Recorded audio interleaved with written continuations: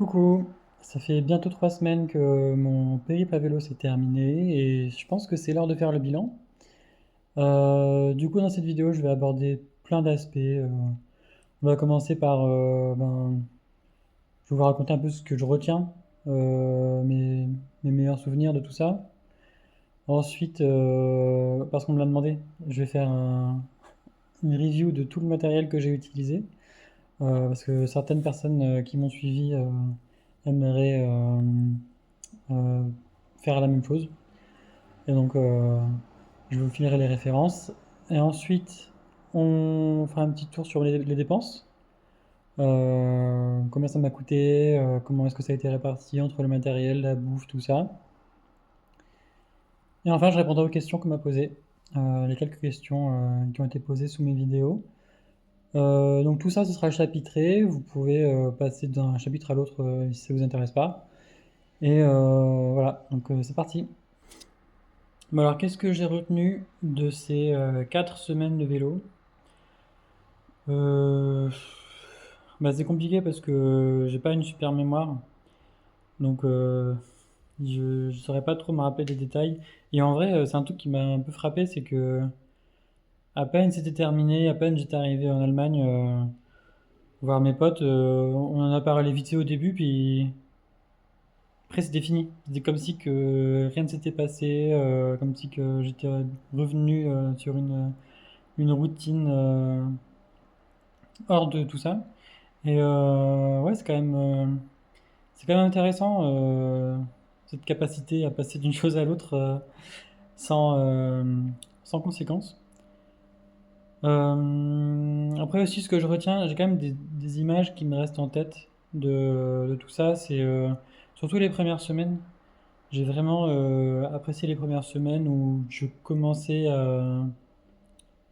à construire ma routine, en fait, à me dire, ok, tous les jours, je me lève, je démonte ma tente, je prends mon vélo, je roule, je rentre, tout ça. Et ça s'est construit petit à petit. Et, et c'était sympa de définir une nouvelle routine à laquelle me, me câbler. Et même au niveau du chemin par lequel je passais, je trouve que c'était le plus intéressant ces premières semaines. Du coup, j'étais pas sur des pistes cyclables, enfin, les 2 premières semaines, c'était Toulouse-Clermont, en gros. Et je passais par des véloroutes qui étaient communes avec les voitures, mais qui n'étaient pas des routes très passantes pour les voitures en général. Donc c'était quand même agréable et ça me faisait passer par plein de petits villages qui étaient sympas à visiter ou même à voir de loin. Et c'était beaucoup plus sympa que les dernières semaines, enfin les 2 dernières semaines, où j'étais avec à gauche des arbres et à droite un cours d'eau. Et ça pendant 6 heures, bon, au bout d'un moment, c'est quand même saoulant. Puis même, c'était, il y avait moins je croisais moins de monde en fait, je croisais moins de cyclistes. Bon, sauf un peu à la montagne, il y avait des cyclistes qui étaient hyper chauds, qui traversaient enfin, que je croisais par peloton, et ça se voyait qu'ils avaient l'habitude. Mais c'était pas des cyclotouristes en fait. Et, euh, et du coup, j'étais un peu plus seul pendant ces 2 premières semaines. D'ailleurs, les premières personnes avec qui j'ai parlé, vraiment où j'ai pris le temps de discuter, c'était au sommet du pic du Puy-Marie, où il y avait 2 randonneuses avec qui j'ai passé une soirée à un refuge. Et bon, ça m'a fait énormément de bien de parler avec des gens, mais, euh, mais la solitude que j'avais éprouvée un peu avant, ça me faisait aussi du bien. Donc, donc voilà, c'est ça qui m'avait le plus plu. En plus, il faisait beau, les paysages étaient très bien. Enfin, j'étais vraiment seul avec mes pensées mes podcasts que j'écoutais aussi. J'écoutais plein de podcasts. Des podcasts sur du jeu vidéo, des podcasts sur des, j'ai écouté le podcast Les couilles sur la table, qui est un podcast féministe sur les masculinismes. Et ça traite de plein de sujets, c'est super intéressant. Enfin, vraiment, allez-y les yeux fermés, écoutez ça, c'est très bien. C'est de la socio et de la vulgarisation sur les sujets féministes, donc hyper cool. Et voilà, ouais, des podcasts de jeux vidéo, des podcasts sur l'histoire aussi. C'est un sujet qui m'intéresse pas mal en ce moment. Du coup, j'ai écouté ça. Enfin, voilà, du coup, plein de bons souvenirs. Mais et du coup, les bons souvenirs que j'ai eu par la suite, c'était plus sur les visites des villes de Chalon-sur-Saône et Besançon, mais surtout Chalon-sur-Saône, qui, euh, qui m'ont fait du bien de me promener sans devoir me trimballer mon vélo et de faire autre chose aussi, de casser un peu ma routine. Donc ouais, ça m'a fait du bien. Euh, Après, ce que je retiens aussi, c'est quelques belles rencontres. Enfin, il y a un truc qui me... Je pense que je me souviendrai tout le temps. C'est à un moment, j'ai débarqué dans un camping municipal, euh, dans un coin paumé. Je sais même plus si c'était au début ou à la fin de mon voyage. Je crois que c'était plutôt vers la fin, mais en vrai, on s'en fout. Juste, c'était un camping à la con. Et je rentre et il n'y a personne. Il y a quelques caravanes, mais vides. Et ça avait l'air insalubre et tout. Je me disais, oh là là, est-ce que tu ferais pas mieux d'aller ailleurs? Et en plus, il était assez tôt, il était genre 13 h. Mais bon, c'était pas cher. Donc, ça coûtait, je sais plus, c'était 5 ou 8 euros. Et, et du coup, bon, je vois qu'il n'y a personne. Du coup, j'appelle le numéro des personnes qui gèrent le truc. Et le gars me dit, ouais, j'arrive. Ouais, vous arrivez un peu tôt quand même, mais je suis là dans 5 minutes. Et du coup, il vient, il me présente un peu les lieux, tout ça, il me dit où m'installer. Et, et il me rappelait un peu mon papy Dédé, parce que il avait toujours l'air très occupé. Et en fait, une fois qu'il est arrivé au camping, il m'a dit oh, bah, faites vos trucs, faites comme vous voulez. Moi, de toute façon, j'ai des trucs à réparer. Et du coup, effectivement, j'ai passé l'après-midi à lire au bord d'un lac qui était à côté du camping. Et lui, je l'entendais sa radio qui écoutait des musiques et qui faisait du bricolage. Et le mec était hyper sympa. Et à un moment, il me dit, et là, il commence à me demander d'où je viens, qu'est-ce que je fais, tout ça, c'est quoi mon parcours, machin. Enfin, question classique que tout le monde m'a posée dès qu'on commence un peu à discuter. Et, et il me propose de boire un verre. Et je dis ah, non, non merci. Enfin, plus parce que je voulais pas dépenser de thunes. Il me fait si, tiens, prends, c'est gratuit, fais comme tu veux, sers-toi dans le frigo, machin. Je te mode mais quoi? Mais ce mec est beaucoup trop gentil, c'est bizarre. En fait, non, il était juste gentil. Et, euh, et moi, en fait, c'est ce genre de contact-là auquel je m'attendais pas, qui me, qui fait du bien. Surtout quand tu es globalement tout seul pendant le voyage, avoir des gens qui sont juste gentils, c'est cool. Et d'ailleurs, le lendemain, enfin, à plusieurs moments, je lui ai dit, vous voulez que je vous paye maintenant, tout ça? Il me dit, non, non, on verra ça plus tard, on a le temps, il est 16 h, ou ah non, là je vais m'en aller, il est 18 h, machin. Et le lendemain, en fait, il m'a dit, c'est gratuit. Voilà. Donc tout était gratuit, c'était très bien. Même si c'était un camping pas ouf, il y avait tout. Il y avait de l'électricité. J'étais sous une tente, enfin, dans ma tente, sous une sorte de petit chapiteau. Et tant mieux parce qu'il y avait une averse avec des orages à ce moment-là. Mais voilà, petit camping de merde, mais avec plein de gens gentils. Et du coup, c'est très bien. Voilà, et puis ça résume à peu près mon voyage. C'est-à-dire que Globalement, j'ai vu des beaux paysages, j'ai visité des petits villages sympas et tout le monde était très accueillant, très gentil. Euh, je pense aussi que les meilleurs campings où j'ai dormi, c'était ceux qui étaient gérés par des petits villages ou des pas des déjà pas dans les villes. Les campings à côté des villes, c'était de la merde. Ça coûtait hyper cher et puis il y avait rien. Juste, ben, c'était bien situé, donc voilà.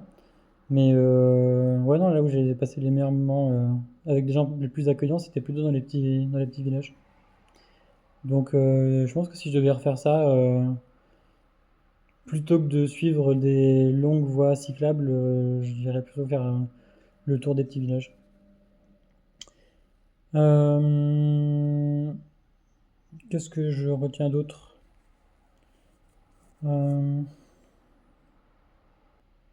oui, au-delà des paysages, euh, le silence. Le silence, les odeurs, euh, c'était c'était très agréable en fait. Je,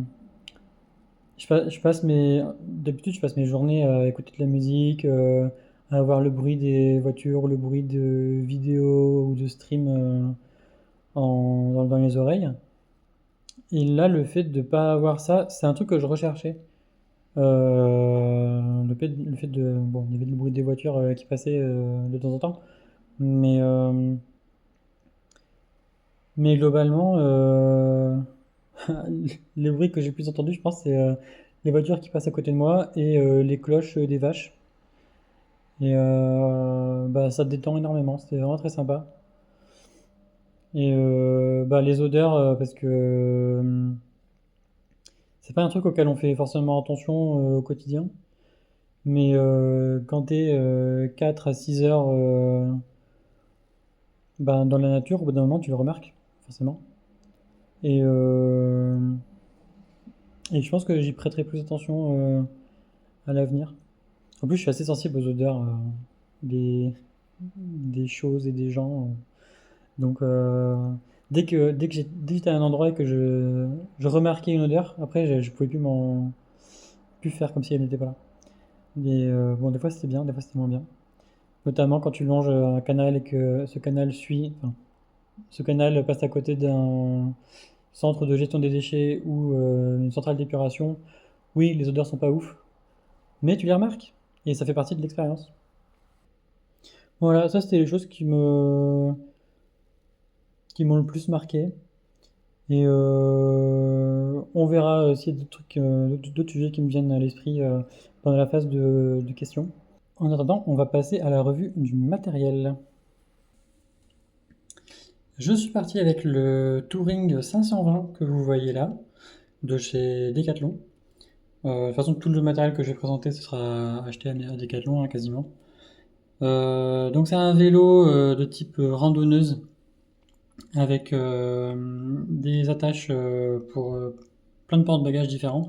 En l'occurrence, du coup, il y a l'attache pour la gourde, l'attache arrière avec le porte-bagages arrière et ce que j'ai rajouté à l'avant, le porte-bagages avant pour des sacoches supplémentaires. C'est un vélo qui est tout en acier, qui fait, je crois, 16 kilos hors porte-bagages. Et j'ai aussi mis la petite béquille en bas. La béquille, on m'avait dit, ouais, évite de la mettre parce que c'est lourd, t'as pas envie de te rajouter du poids. C'est vrai que c'est lourd, elle fait plus d'1 kilo, je crois, mais c'était tellement pratique, franchement, je vous conseille de toujours en avoir une. Donc ouais, en tout, pour ça, donc le vélo de base, c'était quoi? 750 €. Porte-bagages avant, 50, la béquille 25. On en a pour 850, on va dire, de matériel vélo. Ensuite, donc on a les bagages ici. Donc deux bagages avant, les bagages jaunes, qui pouvaient contenir jusqu'à 10 kg max chacun. Et les deux sacoches arrière, donc c'est 20 kg chacun. Donc j'étais vraiment large sur le poids. Après, moins on a de poids, mieux c'est évidemment, mais surtout j'étais plutôt limité en volume. Euh, mais bon, ça, c'est pas plus mal. Ça empêche de prendre trop de trucs. Et j'ai plus les prix en tête. Je crois que c'est. Alors pour les bagages jaunes, c'était peut-être 30 euros pièce. Mais j'en ai volé une, entre guillemets, par accident. Enfin, par accident que j'ai remarqué à la caisse, mais bon, je vais déjà payer, donc voilà. Et la sacoche noire, je crois que c'était 50 euros pour les deux. Enfin, de toute façon, elles sont attachées, donc voilà. Euh, et donc aussi de la marque IU, ou UI, ou NI, enfin, je sais pas comment ça se lit, mais voilà. Acheté à Decathlon. Ensuite, cette petite sacoche que je mettais à l'avant du vélo, très pratique avec de quoi mettre le téléphone. J'ai fait une randonnée l'an dernier en vélo avec un pote et j'avais mon téléphone dans un sac, un petit sac bandoulière. Mais vu que je l'avais pas en main tout le temps et que j'avais pas en visu tout le temps, ben, des fois on se trompait de chemin et c'était très pénible. Donc là au moins ça m'a permis de pas, pas faire cette même erreur. Et des petites poches à gauche et à droite pour mettre... en l'occurrence moi je mettais crème solaire, gants et mes lunettes. Euh, Ensuite, alors j'ai pas toujours tous les prix en tête, vous irez voir sur le site de Decathlon si ça vous intéresse. Je mettrai la somme totale du matériel plus tard dans la partie dépenses. Voilà. Donc pour ma tente, donc je crois que c'est la marque voilà, Fort Class. Donc c'est une tente 2 personnes. Parce que déjà j'avais pas envie de racheter une tente juste pour ça. Puis en vrai une tente de 2 places c'était bien parce que même quand il pleuvait ou qu'il y avait de l'orage, moi j'avais tous mes bagages à portée de main et c'était très pratique. Puis même je suis grand donc je pouvais me mettre en biais, en diagonale dans la tente et c'était plus sympa pour dormir, j'étais pas à l'étroit. Donc elle a dû coûter je crois 250, peut-être 300 balles, mais François a payé l'autre moitié donc c'est très bien. Euh, Ensuite, les matelas gonflables Fort Class, donc encore la marque Decathlon bien sûr, qui ont bien tenu. Alors, il y en a un des deux. Alors, j'étais parti avec 2 matelas. J'étais parti avec 2 matelas parce que ils sont, ils résistent pas à des températures de fou et je m'étais dit peut-être en haut de la montagne, s'il fait froid, ben autant avoir 2 matelas. Il est superposé. La résistance à la température s'additionne quand on a plusieurs matelas l'un sur l'autre. Donc j'en ai pris 2. Et il y en a un, ben, c'est celui-là d'ailleurs, hein, qui se dégonfle, donc il faut que je trouve l'endroit de la crevaison pour le réparer. Mais à part ça, il a bien tenu pendant tout le long du trajet, donc il m'a quand même bien servi. Je crois qu'il a coûté peut-être 50 ou 70 euros chacun. Le coussin gonflable qui prend pas de place, qui coûte 5 balles, qui est très important pour bien dormir. Ça, vous l'avez vu dans une précédente vidéo.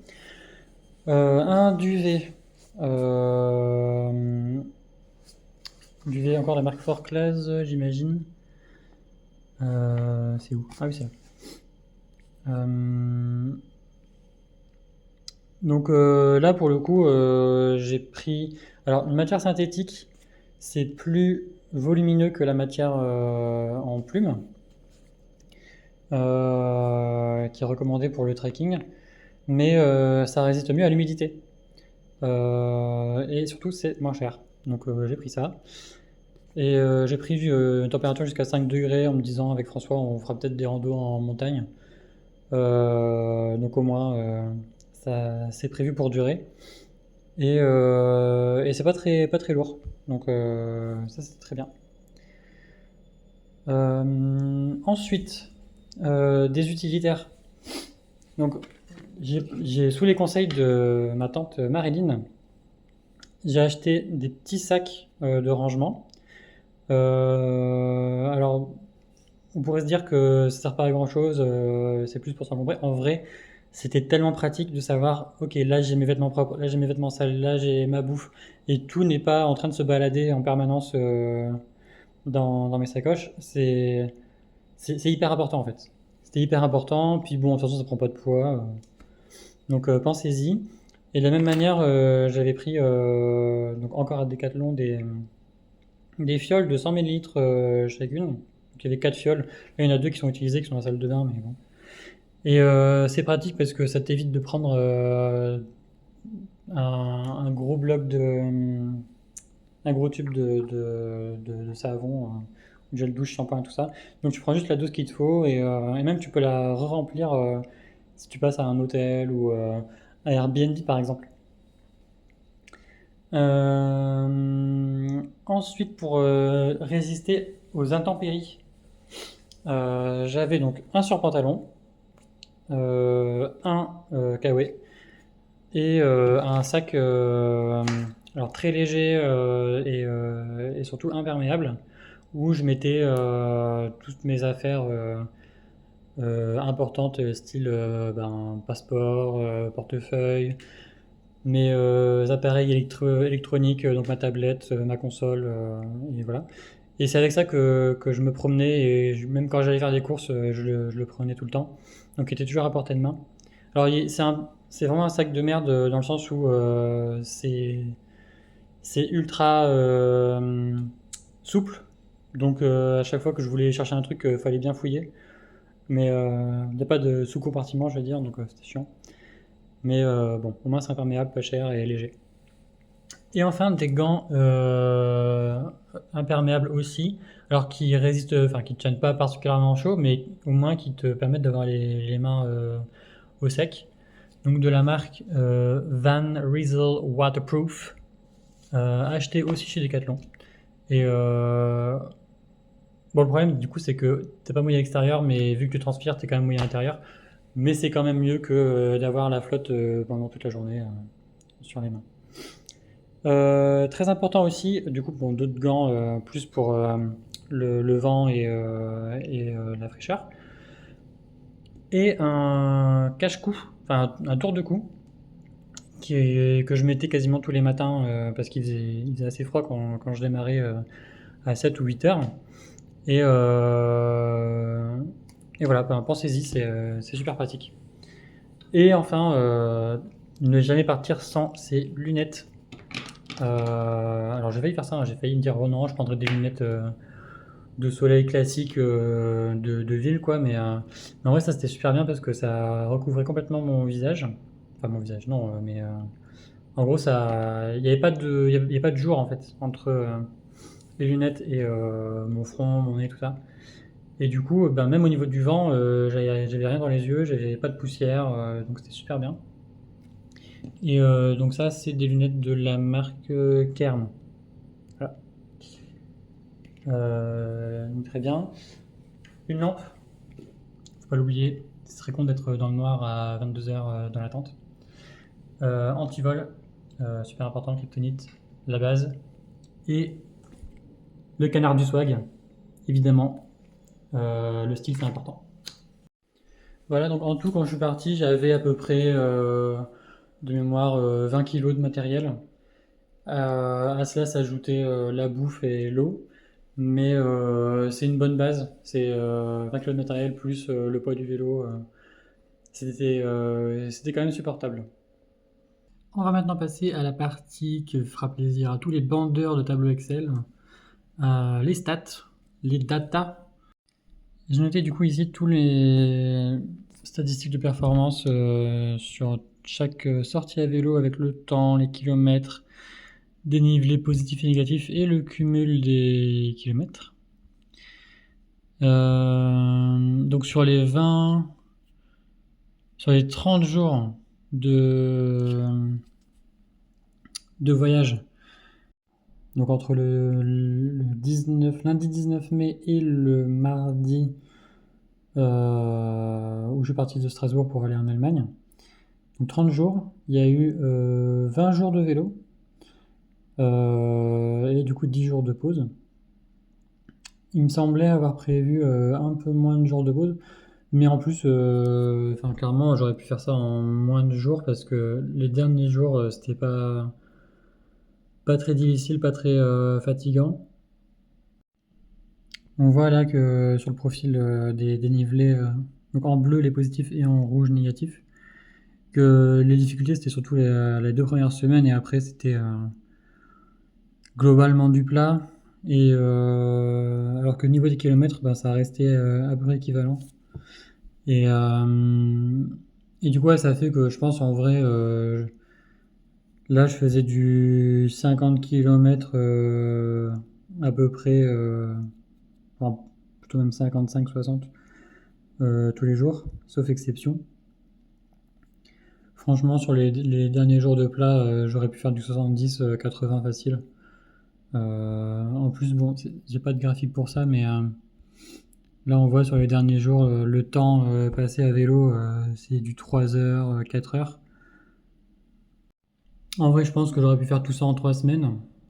Et d'ailleurs, à un moment, je m'étais posé la question, ben justement, quand je m'étais rendu compte que mon plan A pour le retour du vélo avec la SNCF était compromis, je me suis dit, bon, qu'est-ce que je fais? Est-ce que je le renvoie par un autre moyen? Est-ce que j'essaie d'aller plus loin que Strasbourg et de revenir avec le vélo en avion?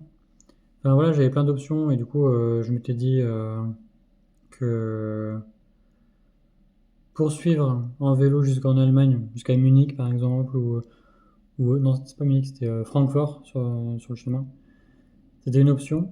D'autant plus que entre Strasbourg et Francfort, il y avait, enfin, ça redevenait un peu plus compliqué et du coup un peu plus sympa à faire.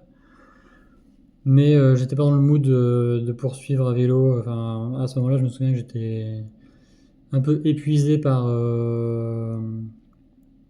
tout ce trajet. Puis je voulais passer à autre chose surtout. Donc voilà. Mais en tout cas, en termes de performance physique, je pense que j'aurais pu pousser un peu plus.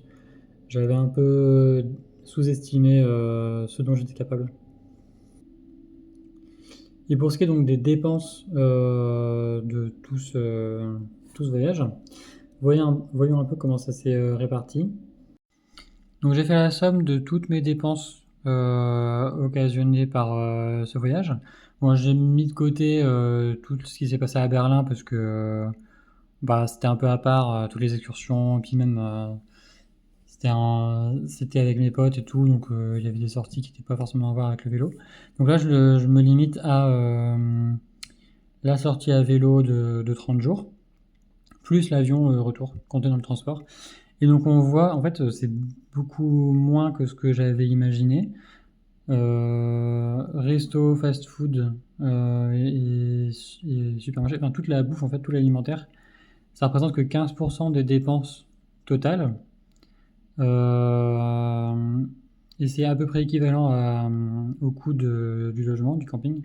Alors camping plus 3 nuits d'hôtel à Aurillac qui m'ont coûté 150 balles en tout. Mais j'avais besoin de les prendre pour diverses raisons, notamment le fait que je devais bien me reposer avant de partir en montagne.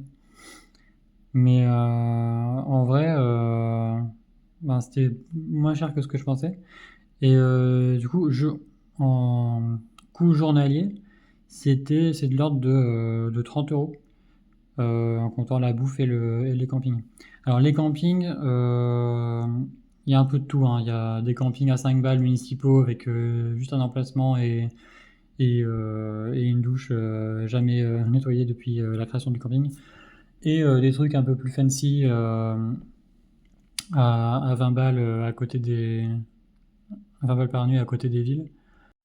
Les campings les plus chers, c'était ceux en Alsace. Les derniers campings que je me suis fait, là, c'était du 20 balles par nuit quasiment. Et je pense que c'était à la fois parce que j'arrivais en haute saison et ben, j'ai l'impression que les campings en Alsace, c'est juste plus cher qu'ailleurs, tout simplement. Donc ça faisait un peu chier de payer 20 balles pour une nuit, mais ça restait moins cher qu'un hôtel. Et typiquement à Strasbourg, je savais que je devais y rester plusieurs jours. Donc là, je pouvais pas me faire des nuits en bivouac. Je parlerai dans la section FAQ, donc pendant les questions de ma nuit en bivouac, c'est une question qui m'a été posée. Je vous raconterai comment ça s'est passé. Euh, Mais du coup, pour revenir sur le budget, en vrai, la grosse partie c'était le matériel, mais c'est du matériel qui est réutilisable. Enfin, mon vélo à 800 balles, oui, ok, c'est cher, mais je le paye qu'une fois et il me sert pour aller au taf, il me sert pour d'autres voyages. Pareil pour la tente. D'ailleurs, la tente, j'avais dit, je crois, 300 euros. J'ai vérifié et en fait, elle est actuellement à 120 euros. Donc MT500 2 places. Et j'ai vérifié dans notre historique de paiement, nous on l'a payé 140 euros. Donc c'était moins cher que ce que je pensais. Voilà, donc en vrai, je pense que si j'avais fait seulement 3 semaines de voyage avec un peu plus de bivouac, moins de pause du coup, ça aurait beaucoup réduit la part de camping et ça aurait beaucoup réduit mes frais. Mais par contre, l'alimentaire c'est pas cher. Enfin, ça représente pas beaucoup dans l'ensemble de mes dépenses. Mais c'est parce que, ben, en vrai, il y a des moments où je sautais des repas. Soit parce que j'avais pas envie de m'arrêter, soit parce que je trouvais pas de. Dans les petits villages, je trouvais pas de petits supérettes ou quoi. Et du coup, ben, je faisais que grignoter des trucs que j'avais en stock. Mais ça faisait qu'il y a des moments où, au bout de 3 jours, ouais, je me faisais que des nouilles instantanées, des fruits, etc. Mais ça suffisait pas et en vrai, j'aurais dû beaucoup plus manger que ça. Donc, ouais, je pense que si je devais refaire un voyage comme ça, je passerais, je dépenserais moins en camping, mais plus en bouffe. Et peut-être que je ferais plus de bivouac aussi. Mais ça, c'est à voir. Pour la suite et fin de cette vidéo, je vais aller m'allonger dans mon lit parce que j'ai fait une sieste, mais je suis quand même hyper fatigué. Ça, c'est pas bon signe pour la reprise du taf demain. Et du sport demain aussi, à 7h du mat. Mais bon, il n'y a pas le choix. Il n'y a pas le choix, il y a des engagements à tenir. On va mettre un peu plus droit quand même. Alors, première question de Jérôme qui me demande est-ce qu'il y a des régions dans lesquelles les automobilistes respectent un peu plus les cyclistes qu'ailleurs? Je sais pas. En vrai, les 2 dernières semaines, j'ai longé que des canals et donc j'ai pas croisé de voiture en fait, donc c'est un peu difficile à dire. Le seul moment où j'ai eu un accrochage avec une voiture, c'était en arrivant à Colmar. Non, pas à Colmar, à Cahors. Et ouais, j'ai fait n'importe quoi. En fait, il y avait des piétons sur les pistes cyclables, du coup, je les esquivais et je passais de route à piste cyclable et c'est plus moi qui ai fait n'importe quoi, mais bon. À part ça, tout s'est bien passé à ce niveau-là. Et ensuite, Morgane qui a l'air très investi dans mon voyage, qui a plein de questions. Euh, Qu'est-ce que cette aventure m'a le plus apporté, le plus appris? Eh ben, j'ai appris que j'étais capable de faire pipi debout. C'est un truc que j'avais jamais vraiment réussi à faire. J'avais toujours des blocages. Et ben forcément, quand tu es toujours dehors pendant des heures, au bout d'un moment, ben, faut faire pipi debout. Et ben, j'ai réussi à le faire. Et il n'est jamais trop tard pour apprendre à faire pipi debout. Est-ce que je le referai? Oui. Ouais, j'ai envie de le refaire, mais soit sur des durées plus courtes, euh, soit avec quelqu'un. Enfin, typiquement, j'ai des potes avec qui on s'est mis en tête de faire ça sur une semaine par exemple, mais pas forcément que ce soit difficile, mais juste ben, le fait d'être ensemble et de voyager et de camper, je pense que ce serait cool. On parlait de faire ça en Bretagne, mais on m'a dit que c'était vraiment très très très très dur la Bretagne. C'est que des montées descentes tout le temps et je sais que mes potes c'est pas des grands sportifs, a fortiori à vélo. Donc peut-être qu'on ira ailleurs. Quelle région est-ce que j'ai préférée? Alors sans parler de région, je dirais que ce que j'ai préféré c'est les montagnes. Les paysages sont vraiment magnifiques. T'as à la fois des, des, des vastes prairies, t'as à la fois... t'es un peu à l'ombre parce qu'il y a quand même des arbres. Tu serpentes sur des petites routes qui sont pas très fréquentées à flanc de montagne. Et même si le vide et la hauteur, ça me fait peur, ben, sur le bord des routes comme ça, j'avais pas peur. Et c'était joli et sympa à faire. Euh, le bivouac, c'était comment? Et ben le bivouac, c'était pas du tout comme je vous l'ai montré en vidéo. En fait, au moment où je termine de filmer la vidéo, je la mets en ligne, etc. Et je commençais à me quitter, il était 6 heures du soir, il me semble. Et du coup, je commence à me détendre un peu, masser mes jambes, je commence à manger, voilà. Et il y a un mec qui vient et qui promène son chien, qui était un gros chien hein, quand même. Et il vient me parler. Et il me dit, ah, qu'est-ce que tu fais là? Et ton vélo, c'est pour quoi faire? Du coup, je lui explique, je traverse la France, blablabla. Et il me dit, mais tu vas camper ici? Et du coup, je lui dis, bah ouais, ça a l'air sympa. Il y a des tables de pique-nique, il y a un endroit où je peux attacher mon vélo, l'herbe est tondue, enfin tout est nickel quoi. Et en plus, il n'y a personne autour. Il me dit, ah mais tu devrais pas faire ça parce que c'est un parc où il n'y a pas de caméra, il y a des gens, des fois ils viennent, ils sont mal intentionnés, des fois il y a des hommes, ils viennent, ils se battent. Du coup, je dis, comment ça, des gens qui se battent, il s'est passé des histoires ici? Et il me dit, non, mais je sais pas, il n'y a pas de caméra, c'est pas sécurisé, les gens ils font ce qu'ils veulent. Et du coup je fais d'accord, donc il commence un peu à me foutre les boules. Et il me dit, ben, tu devrais plutôt aller à tel endroit, c'est une base de loisirs, t'as des caméras, c'est plus sécurisé, il y a d'autres campeurs en plus. Et effectivement j'avais vu cet endroit, mais j'avais vu que c'était une réserve naturelle, alors je voulais pas camper sur une réserve naturelle, mais bon. Au final j'ai fini par suivre son conseil et à remballer mes affaires et à partir. Et je comprends sur le retour qu'en fait, ce qu'il voulait me dire, c'était que c'était un lieu de cruising. C'était un lieu où il y a des homosexuels qui viennent pour se rencontrer et passer du bon temps. Et je me rends compte de ça en passant à côté de deux hommes qui se masturbent devant un mec en voiture qui se fait sucer. Donc, bon, j'aurais préféré qu'ils me disent ça plutôt que des gens qui se battent. Mais bon. Dans tous les cas, je serais parti parce que je voulais pas avoir de visite nocturne impromptue, mais bon, de là à me faire peur, c'est un peu exagéré. Donc je suis allé ailleurs, dans une base de loisirs, mais au-delà de cette histoire un peu cocasse, j'ai quand même passé une nuit absolument horrible parce que dans ma tête, j'imaginais tous les pires scénarios. Et à base de, oh là là, imagine, il y a des gens, ils viennent à plusieurs, ils me volent mon vélo, ou ils me lacèrent ma tente, enfin, petite connerie, mais que mon cerveau, il imaginait quand même. Donc ouais, non, pas ouf comme bivouac. Et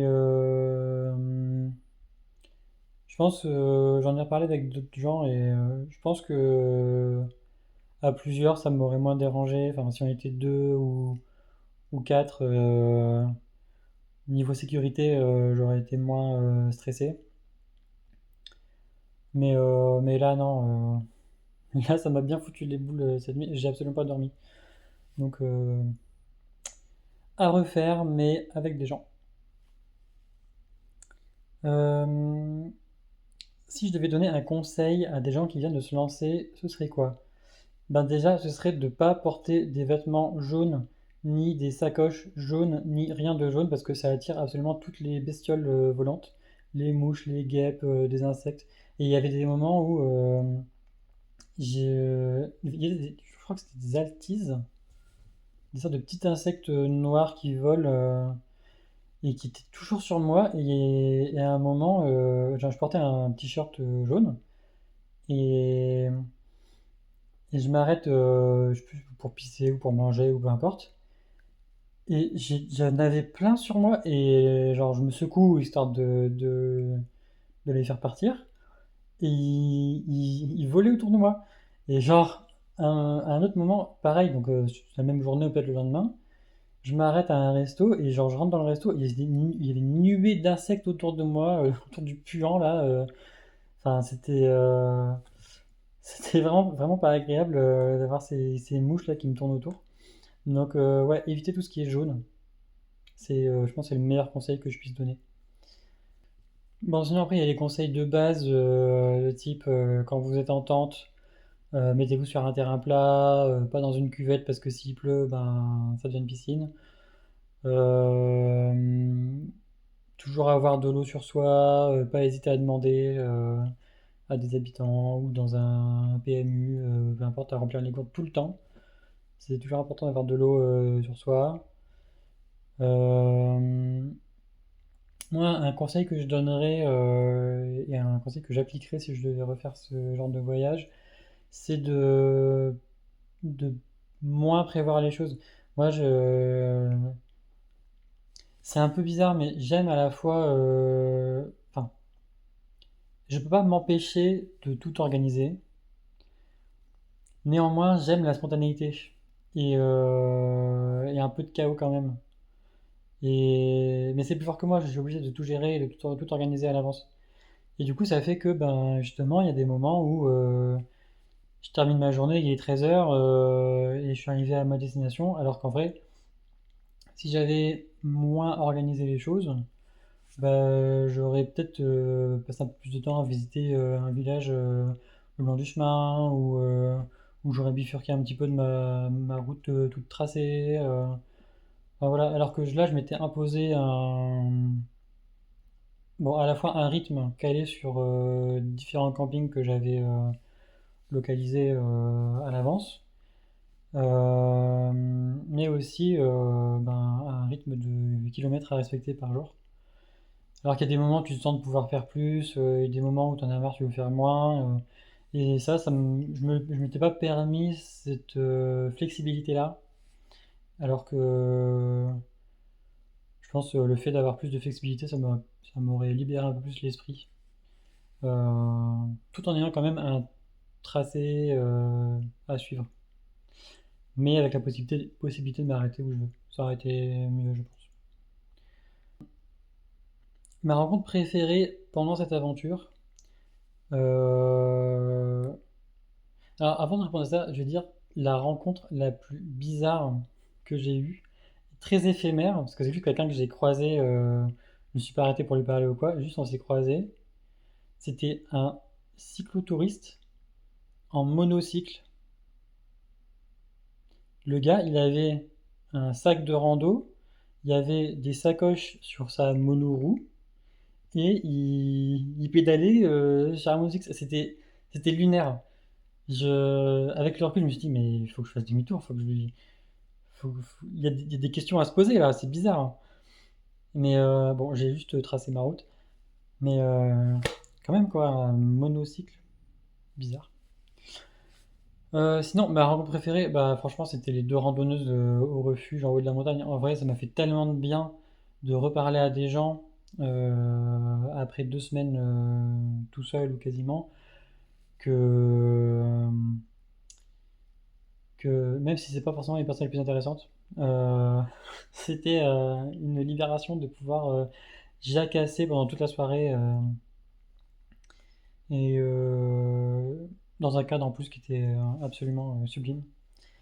Donc ouais, les deux randonneuses, une randonneuse belge qui était partie, je crois, de Nantes et qui allait à Nice, truc du genre, sur 4 mois de randonnée. et une autre du Portugal, et qui connaissait bien la région parce elle avait vécu en France à cet endroit-là, et elle randonnait depuis une semaine aussi. Donc voilà, plein de choses super à raconter, des parcours de vie intéressants. La Belge était évidemment en burn-out et elle s'est dit bon allez je prends 4 mois là, ça me fera du bien. Et évidemment à son retour de vacances, elle va démissionner. Mais bon. Est-ce que mes quadriceps ont doublé de volume? Je les ai pas mesurés, ni avant, ni après, ni maintenant. J'ai le sentiment que en rentrant du vélo, oui, j'avais clairement des grosses cuisses. Mais après 2 semaines à bouffer des saucisses et à boire de la bière en Allemagne, c'est vite parti. Donc là demain 7h je reprends le sport. Je sais pas comment je vais le vivre, mais mais on verra bien. Après les muscles, bon ça se développe, ça fond, ça se remet. Le corps humain est merveilleux. Euh, la solitude, c'était pas trop difficile. Eh bien, la solitude, c'était pas une grande découverte pour moi, mais j'aime pas ça. Moi, j'aime bien être entouré de gens, j'aime bien parler. Et je crois que j'ai dit en début de vidéo que c'est un truc que je recherchais, le silence et la solitude, et c'est vrai. Euh, mais à petite dose. C'est-à-dire que bah, ça fait du bien de se retrouver tout seul avec ses pensées et pouvoir se projeter dans l'avenir et dire ok qu'est-ce qu'on va faire après, tout ça. Euh, mais quand même, enfin, ça me faisait du bien de maintenir un lien avec François. On s'appelait tous les soirs. Comme j'ai dit là un instant, parler avec des gens au refuge, ça m'a fait énormément de bien. Euh, faire les vidéos aussi et voir vos commentaires, ça m'a permis de maintenir du lien. Donc, je n'étais pas vraiment tout seul, tout seul. J'avais pas coupé tous les ponts. Hum, et tant mieux, parce que sinon je l'aurais très mal vécu, je pense. Euh, voilà. Après, c'est pas une grande découverte, hein. Je savais que je suis pas fait pour la solitude. Qu'est-ce qu'il me tarde de plus de retrouver? Ben, j'ai déjà retrouvé, c'est François, évidemment. Aucune autre réponse ne serait acceptable pour ma survie. Euh, la réponse secondaire, je dirais que c'est mon PC. Et ça, pour le coup, je l'ai pas retrouvé. En fait, après le vélo, je suis en Allemagne et après, je suis parti encore en vacances et on est rentré il y a 2 jours. Et depuis 2 jours, on a fait que des magasins, on a fait les soldes, on a fait des courses. J'ai beaucoup dormi, j'ai fait que dormir là depuis qu'on est rentré de vacances. Et alors que je m'étais dit, ouais, dès que je rentre, je vais pouvoir m'acheter le Game Pass à 10 balles et me faire plein de jeux, et à commencer par Doom et Clair Obscur Expédition 33. Mais bon, je les ai téléchargés, j'ai acheté le Game Pass, mais j'ai pas encore commencé à jouer, et au lieu de ça, je fais des vidéos, enfin bref. Ensuite, nouveau flot de questions de Morgane. Est-ce que tu penses que tu viendras plus en aide aux gens en galère après l'épisode du carton? Ben, je vois pas trop ce qui te fait penser que je serais pas déjà venu en aide aux gens avant, en fait. Je suis quelqu'un de hyper altruiste. Euh, Ben, je sais pas, quand on voit des gens en galère, oui, on les aide. Après, si on a des choses à faire, c'est important aussi de tracer notre route, hein, je sais pas. Je dirais pas que j'ai appris des grandes leçons sur la vie avec cette expérience à vélo. Ça m'a fait du bien de faire une pause dans ma vie à ce moment-là, mais de là à en tirer des leçons. Est-ce que j'ai eu le temps de jouer un peu? J'ai eu le temps de jouer à Metroid, non, à Super Metroid euh, sur SNES. J'y ai joué 1 heure et demie, j'ai trouvé la Morph Ball et la Morph Bomb, et c'est tout. Euh, j'ai plus lu que joué en fait. C'est quoi mon record en montage de tente? Je sais pas, j'ai jamais vraiment chronométré. En fait, monter la tente, c'est ultra rapide. T'as juste à attendre les deux arceaux et les foutre dans la tente et planter les piquets. C'est ultra rapide. Par contre, gonfler les matelas, c'est déjà plus chiant. Et dégonfler les matelas, alors ça, c'est une galère. Mais la tente, ça va. Du coup, ça fait que s'il pleut en 10 minutes, même peut-être moins d'ailleurs, ben c'est bon, je suis à l'abri. Et après, bon, je peux gonfler les matelas au sec à l'intérieur. Mais c'est surtout le fait de ranger le matin qui est long. Le moment où j'ai eu le plus peur, ben en bivouac, pour les raisons évoquées tout à l'heure. Pas parce que il y avait des gens qui m'emmerdaient, pas parce qu'il y avait des animaux qui venaient se frôler à ma tente. Il n'y a rien de tout ça, c'est juste dans ma tête. Juste dans ma tête qui j'imaginais tous les pires scénarios. Mais je pense que le fait de s'accoutumer à ce genre d'expérience, et au bout de le faire avec d'autres gens, ça pourra me libérer de tous ces cauchemars. Si c'était à refaire, est-ce que je reprendrais le même modèle de vélo? Oui, surtout que je l'ai déjà acheté et que je compte le garder.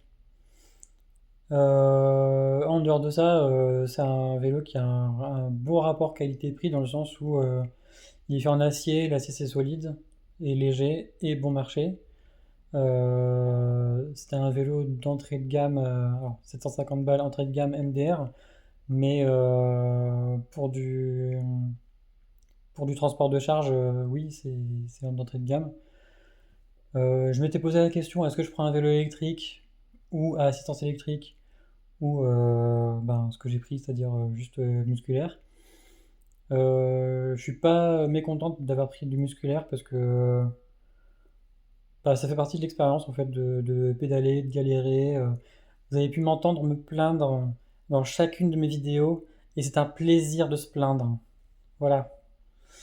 Euh, Est-ce que ma douleur au genou a fini par passer? En fait, oui, dès le lendemain où j'ai dit que j'avais mal au genou, bon, c'était passé en fait. C'était passé à force de. Ben, du coup, j'étais en pause à ce moment-là à Aurillac, il me semble. Et à force de me masser les jambes, le genou, et puis de juste me reposer dans un bon lit, c'est passé et c'est pas revenu par la suite. De la même manière, une question qui m'a souvent été posée, peut-être que dans la suite, là, j'ai pas lu la suite, mais on m'a demandé si j'avais mal au cul. Ben non. Trop bizarre. Moi aussi, je pensais que j'aurais mal au cul au bout d'un moment. Et bon, je portais des cuissardes, donc c'était un peu rembourré, mais j'ai pas une selle particulièrement rembourrée. Et pourtant, en fait, on s'y habitue. Et bon, au bout de 6 heures de vélo assis sur une selle, là, ça commence à faire mal. Mais dès le lendemain, en fait, ça passe et je suis prêt à repartir sans avoir mal où que ce soit. Donc ça, c'était bien. Qu'est-ce qui va le plus me manquer de cette expérience? Ah, qu'est-ce qui va me manquer le plus de cette expérience?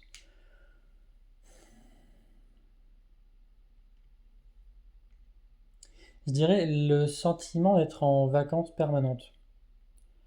Parce que, en fait, j'avais plus rien à penser. J'avais annoncé que je serais pas joignable auprès des personnes de l'asso. Enfin, oui, du coup, pour les personnes qui savent pas, je gère avec d'autres personnes une asso de créateurs et créatrices de jeux vidéo. On a plein de projets en cours, plein de trucs hyper importants que je vais devoir reprendre très bientôt. Mais j'avais dit pendant 2 mois, vous vous débrouillez sans moi et je vous laisse gérer. De la même manière, bon, le taf, j'ai posé mes congés et ils m'ont laissé tranquille évidemment. Euh, mais voilà, et j'étais parti avec cette optique-là de me libérer de tous ces fardeaux Au final, j'ai été rattrapé par des histoires administratives. Enfin bref. À un moment, je me suis retrouvé à devoir faire des bilans comptables parce que j'avais mal rempli des papiers pour des trucs. Donc c'était clairement chiant. De la même manière que sur la fin, les problèmes de transport de vélo pour le retour, c'était chiant, ça m'a pris la tête. Mais en dehors de ça, j'avais l'esprit libre et ça c'était bien. Et je pense pas que j'aurai de nouveau l'esprit aussi libre maintenant que je vais reprendre le taf et l'associatif et que j'ai plein de projets en tête pour la suite. Donc bon, c'est reparti pour une routine de stress et de projets à gérer. Est-ce que j'ai mis le canard dans le carton? Oui. Et il est arrivé à bon port en super état, donc tout va bien. Est-ce que je suis prêt pour la soirée de piscine pour nous raconter tout ça? Bah écoute, Morgane, moi j'ai pas vu de date de soirée piscine, hein, pour l'instant c'est plutôt moi qui ai posé une date pour la soirée Drag Race, donc j'attends de tes nouvelles pour cette fameuse crémaillère qui me tarde à arriver. En tout cas, j'espère qu'on pourra profiter de ta piscine. Voilà, et je vais terminer avec une question qu'on m'a pas posée. Enfin, peut-être qu'on me l'a posée, mais je sais plus qui, ni quand, ni pourquoi. Mais moi, en tout cas, c'est une question que je me suis énormément posée pendant une bonne partie de mon trajet. C'était pourquoi je faisais ça en fait. Pourquoi est-ce que je m'étais lancé là-dedans? Et j'ai pas trouvé de réponse à ça. Et du coup, j'ai cherché un peu dans ma mémoire, mais à quel moment est-ce que je me suis mis en tête de faire un truc aussi con? Et du coup, ça remonte à un peu plus d'un an, quand un de mes potes m'avait dit qu'il partirait, celui chez qui j'ai logé avant d'aller à Berlin, qui partirait faire son post-doc, donc après sa thèse, en Allemagne. Et je me souviens qu'à ce moment-là, je me suis dit, c'est de là que c'est parti. Alors pourquoi je me suis dit que j'irais en vélo là-bas, je sais pas. Mais c'est à ce moment-là qu'est venu, qu'a été lancé ce projet. Et je sais plus trop quelles ont été les raisons de tout ça, mais j'imagine que l'esprit d'aventure m'a lancé. Et qu'au bout d'un moment, à force d'en parler à tout le monde, ben, fallait le faire. Une fois que je dis que je vais faire des choses, ben, au bout d'un moment, fallait faire. Et donc, ouais, pris à mon propre jeu, je me suis lancé là-dedans. Et, euh, et donc, initialement, le but, c'était d'aller de Toulouse à Berlin en vélo. Euh, Là, avec le recul, je pense que ça aurait été possible, mais ça aurait été aussi une grosse galère. J'aurais pas beaucoup visité, je me serais pas du tout reposé. Mais physiquement, je pense que j'en aurais été capable, avec le laps de temps prévu, hein. Donc ça aurait fait quoi? Ça fait 5 semaines. Je pense il y a les moyens. Plus du coup une semaine à Berlin. Mais clairement, j'aurais pas autant profité et j'aurais plus tracé qu'autre chose. Donc ouais, je serais un peu passé à côté de l'expérience. Donc je suis content d'avoir réduit quand même mes, mes, euh, mes attentes. Enfin, réduit ma distance, réduit la difficulté. Bon, pour autant, comme j'ai déjà dit, 4 semaines pour faire ce que j'ai fait, pour le coup, c'était peut-être un peu trop. Je pense que j'aurais pu le faire en 3 semaines. Mais bon, c'est pas grave. Euh, et donc pourquoi j'ai fait ça? Ben, je sais pas. Des, des raisons qui sont venues plus tard, c'est-à-dire, ben, par exemple, dans les quelques derniers mois avant mon départ, je me disais, ah, ben, ce sera l'occasion de faire ceci ou faire cela. Il y avait ben, le fait d'écouter des podcasts que j'avais jamais écoutés avant, de découvrir des nouveaux paysages, de me demander aussi quel genre d'endroit j'aimerais, où je me sens bien, les endroits où je pourrais ben, vivre et me poser avec François. Voilà, c'est des questions que je me posais à ce moment-là. Et aussi être plus sensible aux choses qui m'entourent. Je parlais tout à l'heure des odeurs, des sons, de un peu plus observer et prendre mon temps. Et ça, je l'ai fait. Et ben, ça faisait du bien. Et je pense que je continuerai à le faire dans mes prochains voyages. Mais voilà, c'était pas les raisons initiales, mais c'est venu un peu plus tard. Et voilà. Et le silence. Profiter du silence. C'était c'était un plaisir. Voilà, je pense avoir fait le tour de toute cette expérience. Merci de m'avoir suivi et encouragé à travers les commentaires. N'hésitez pas, évidemment, si vous avez encore des questions, à me les envoyer. Ce sera un plaisir de reparler de tout ça. Merci à mes collègues et à mon travail qui m'ont permis de vivre ça. C'est pas dans toutes les boîtes où on peut prendre 2 mois de vacances, hein, donc merci à eux. Puis en plus, ils étaient vraiment investis. Ils m'envoyaient des messages et tout, c'était cool. À toutes les personnes qui pensaient que je le ferais pas, et ben, voilà. Et on se retrouve plus tard pour des aventures sûrement plus folles que celles que vous avez pu apercevoir.